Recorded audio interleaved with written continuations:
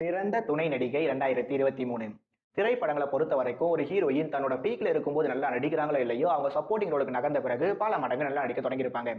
ஏன்னா ஹீரோயின்ஸோட வேலை பாட்டுக்கு முன்னாடியும் பாட்டுக்கு பின்னாடியும் நடிக்கிறன்ற பேர் இருக்கிறது. பாட்டுல மட்டும் நடனம் ஆடுறது.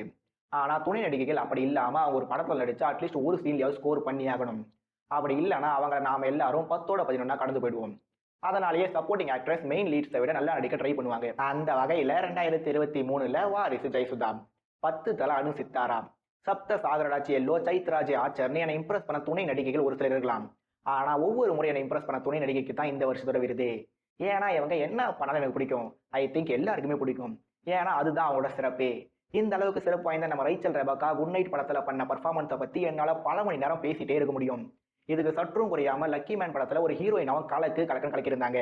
இனிமேலும் கலக்கிக்கிட்டே இருப்பாங்க. ஸோ ரைச்சல் ரெபக்கா மேடம், அடுத்த அசத்தல் படம் எப்ப மேடம்?